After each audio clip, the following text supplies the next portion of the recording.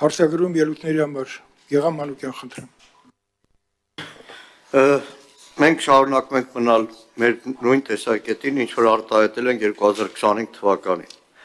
որ անընդունելի է գումարով պայմանավորված տարբերակում դնել զինված ուժերում պարտադիր զինվորական ծառայություն։ Այս օրենքը եթե նույնիսկ կողմ քվեարկվի, ինքը չի կարող գործել, որտեղ սահմանադրությանը հակասում է, որի մասին խոսում են իդեպ ազգային ժողովի փորձագիտական նաև հանձնաժողով։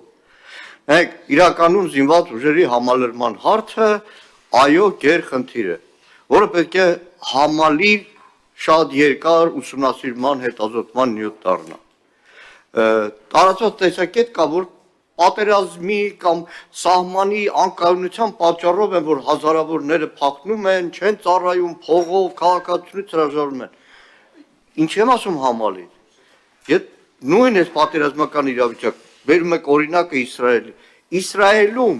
զորակոչի ժամանակ կամավորագրման ավելի թվով մարդ է դիմել, քան պետությունը կարիք է ունեցել։ Պարսկաստանում նույն այս օրերին 6 միլիոնից ավել մարդ զորակոչվել է ավելի շատ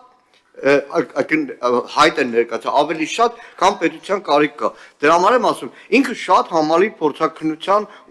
ուսումնասիրման հարց է։ Այո, պետք է ուսումնասիրվի, թե օրինակ նույն վարժական հավաքներին ոնց է լինում, որ գյուղերից շատ ավելի բարձր տոկոս է մասնակցություն, Երևան քաղաքից ավելի քիչ։ Իրականում զինված ուժերը, քանի որ ինքը բոլորիս է վերաբերվում։ Այս անցնող 4 տարիներ ինչքան մենք ունեցել ենք քաղաքական հակասություններ, վեճ, վիճաբանություն, բայց երբ որ պաշտպանության նախարարությունը նախագիծը բերել, նախաձեռնությունը հանդես բերել, որը համոզված ենք եղել, որ դերական փոփոխությունը նույն այդ առողջության հետ կապված հիվանդության ցանկի կրճատումը, որ մենք էլ ենք ողջունել, որովհետև հասկանում ենք, այս մի տեղ հարց է լուծում։ Եվ այդպես համալիր ուսումնասիրման արդյունքում է մյուսը, որը լուրջ հասարակական պառակտում է բերելու նույնիսկ ընտանիքի մեջ, նույնիսկ գերդաստանի մեջ։ Մի որդին լավ, 2 որդի ունի, որոնք պետք է զորակոչվեն։ Հերը կարողանում է մեկի գումարը ճարել, մյուսինի չի ճարում։ Ես մտնում եմ նույնիսկ ընտանիք, հորեղբոր տղա, հորքուրի տղա, նույնիսկ գերդաստաններում դեռ ավելին,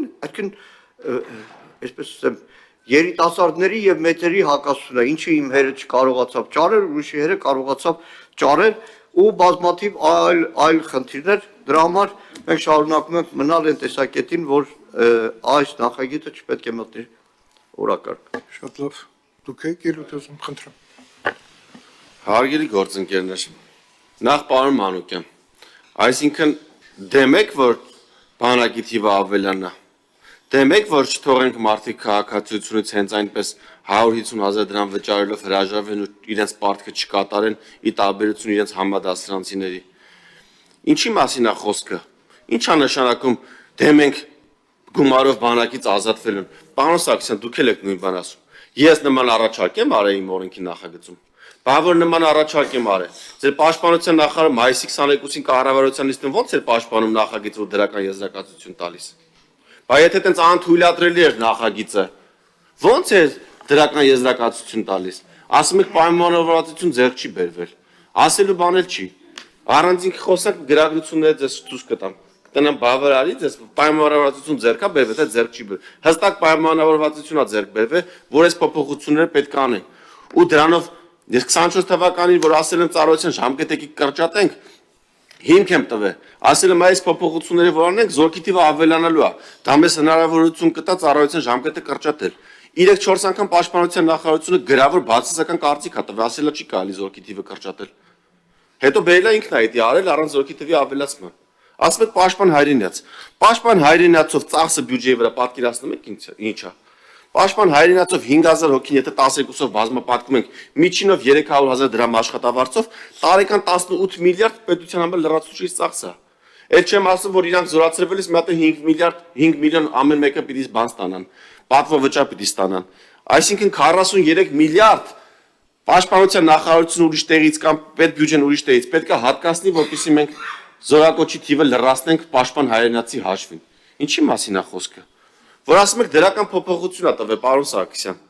Դա իմ առաջարկից հետո է եղել դրական փոփոխությունը։ Երբ ես 2024 թվականի հունվարի 26-ին վարչապետին ներկայացրել եմ մտահոգիչ կետերը,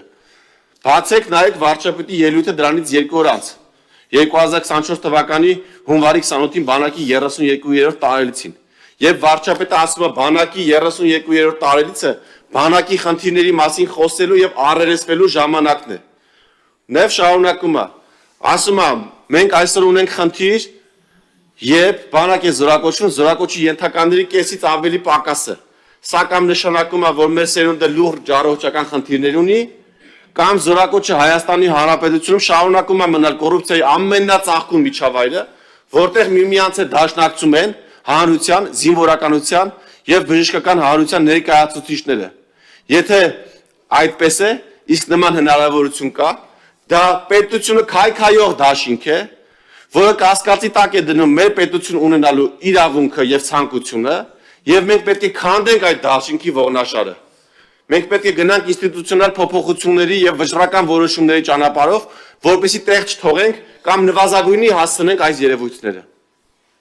Դրանից հետո վարչապետի հանձնարարականով, այո, փոփոխություններ ա լինում, այսինքն 2022 թվականի հունվարի 28-ի վարչապետի ելույթից հետո 2024 թվականի գարնանը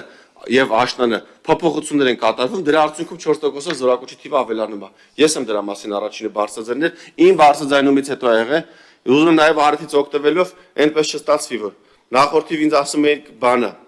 վարչապետ եք բերում, ինձ նաեւ ֆրակցիայում էլի մեր գործ, ասում են դու վարչապետով մեզ սպառնում ես, գալի ասում ես վարչապետը կողմ է նախագծին կողմ քվեարկիկ, վրեքս վարչապետ ես բերում։ Ասում եմ ես վարչապետի հետ քննարկել եմ։ Հիմա էլ ուզում եմ ասեմ, շնորհակալ եմ վարչապետին, ինձ իմ բոլոր խնդրանքները կատարելու համար, երբ ցանկացել եմ հանդիպում վարչապետին ընդունելա, ցանկացել եմ օնլայնված կառուցումով հանդիպում, ասել եմ էս ուզում, ասել եմ պաշտպանության նախարար գլխավոր շտաբի պետ, մնացածում նպատակահարմար կհամբարեք, օնլայնված կազմով հանդիպումը հրավիրելա։ Դրանից հետո միջգերատեսչական հանձնաժողովը ստեղծվել, ասել են Սարգսյան Հայկի առաջարկների, որով անցեք աշխատեք, եկեք համաձայնության։ Համաձայնվեցվել ենք պաշտպանության նախարարին, ասել եմ այս տարբերակով վարչապետի համաձայնեցու եկի ասել է շրջանառի։ Շրջանառել եմ ստացել է դրական։ Հիմա դրանից հետո ինձ ասում են վարչապետը սպառնում ես, բայց հիմա խեմ ես այսքան ասում, որ հիմա հերմայել չգնա գրեն իրանց նախկին կանանց կամ զոնքաժների կայքերով Զակաստան ասենք Սարգսյան Հայկը դուսա եկել բանի դեմ, կառավարության դեմ կամ վարչապետի դեմ։ Ոչ Սարգսյան Հայկը կատարելա վարչապետի ելույթից բխող աշխատանքները։